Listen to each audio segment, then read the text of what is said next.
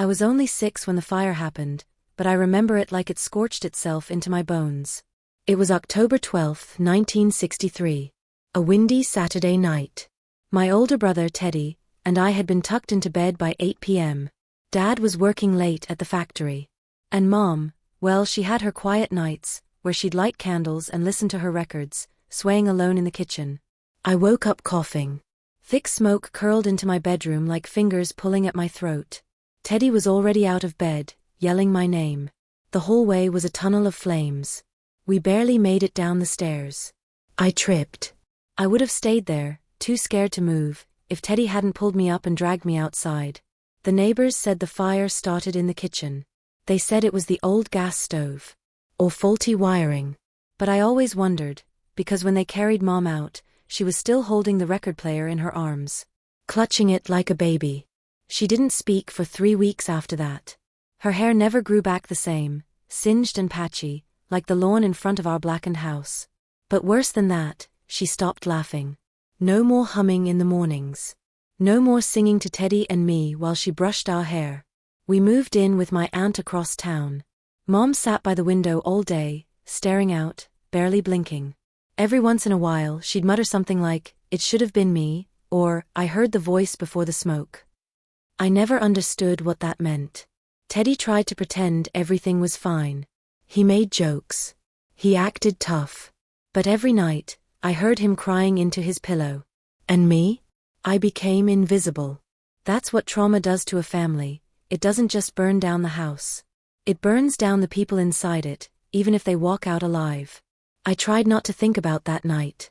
For years, I buried it, like something rotten you toss in the backyard. But 59 years later, after Mom passed away, I went back to the old property, now overgrown and fenced off like a crime scene. That's where I found the box. It was buried under a broken section of the old porch.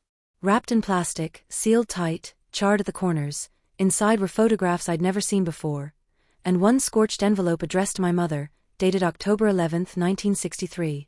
The day before the fire. The envelope was brittle and darkened at the edges, like it had survived hell just to be found. I hesitated before opening it. My hands were trembling, part from the cold, part from something deeper. A feeling I couldn't name. Like something inside me already knew this letter would change everything. Inside was a folded piece of yellowed paper, and one line written in rushed, almost childlike handwriting. "I'm sorry, Margaret. I can't hide it any longer. She knows." That was it. No name. No explanation. Just that chilling sentence. I stared at it for what felt like hours. Who was she? What was my mother hiding? And from whom? For a moment, I thought maybe it was nothing. Just a coincidence. An Eborès Lost Letter, Meb. But I knew better. Because on the back of the paper in faded ink was a phone number, scratched out, but still legible. And I recognized the area code. It was from Charleston, South Carolina, the same city my mother grew up in, the one she never talked about. Notons in 60 years. The next day, I started digging. Old yearbooks, newspaper clippings, public records. My mom had always told us she was an only child, that her parents died in a car crash when she was young. But that wasn't entirely true. She had a sister. Her name was Helen. Born in 1934. 2 years older than Mom. There was barely anything about her after 1952. No marriage record. No death certificate. It was like she'd vanished. But something else stood out. Helen had been admitted to a mental institution in 1951, just outside Charleston. No release date. No obituary. No trace. I felt sick. Why would Mom keep that from us? Unless she was the she in the letter. Unless Helen came back. Unless something happened that night in 1963, something my mother never wanted anyone to know. That's when I realized the fire may not have been an accident. And my mother's silence may have been guilt. I couldn't sleep that night. My mind kept replaying that letter, those words. She knows. I had to know more. I had to understand what my mother was hiding, not just from me, but from the entire world. The next morning, I called the number on the letter. It rang 4 times before a shaky voice answered. "Hello." "Hi, My name is Emily. I'm Margaret's daughter, I said, my voice barely steady. There was a long pause. Then I didn't expect this call. I'm Helen. My heart stopped. The sister who disappeared had been alive all along.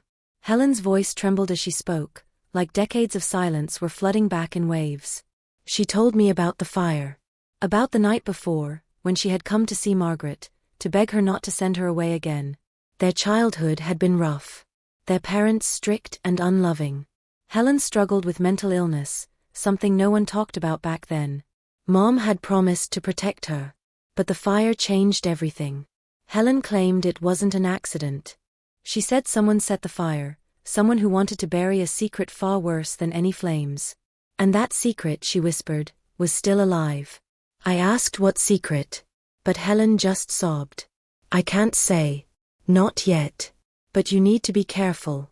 Some things are better left in the dark. Then the line went dead. I sat in silence, phone still in hand, the weight of her words pressing down like the smoke from that long-ago fire. Who was the real enemy? The one who set the fire? Or the one who made sure the truth never came out? And what did my mother hide behind her silence all those years? I knew I couldn't ignore Helen's warning. But I also couldn't let this story end in silence, not after all these years. I decided to visit Charleston. The city had changed, but some shadows lingered in its old streets, especially around the rundown mental institution where Helen had been confined. I found an elderly nurse who remembered Helen, and surprisingly, Margaret. Her eyes darkened as she whispered. They were sisters. Close once, but then, everything went wrong. The fire, the secrets, it broke them. When I pressed for details, she hesitated, then said, there was talk about a child. A secret one. Born out of wedlock. The family wanted to keep it hidden. My mind raced. Could this be the secret my mother tried to bury? The nurse went on. Margaret wanted to protect her sister, but some things the family did, left scars deeper than any fire. That night, I found myself standing by the old remains of our family home, or what was left of it. The wind whispered through the broken windows, and the scent of smoke seemed to linger in the air. I realized then that the fire hadn't just destroyed a house. It had burned a family alive from the inside. And maybe, just maybe, it was time for the truth to finally come out of the ashes. The next day, I received an unexpected letter, no return address, just my name written in familiar handwriting. Inside was a faded photograph of two little girls, smiling, arms wrapped tightly around each other, Margaret and Helen. On the back, a note. The fire was meant to silence us. But we survived in memories. Find me where the river meets the old oak. I knew exactly where that was, a small park on the outskirts of Charleston, by the river. When I arrived, an old woman sat on a bench, her eyes sharp despite the years. Helen? I asked. She nodded, tears welling. I'm sorry for all the silence, she whispered. The fire didn't just burn our home, it burned the truth.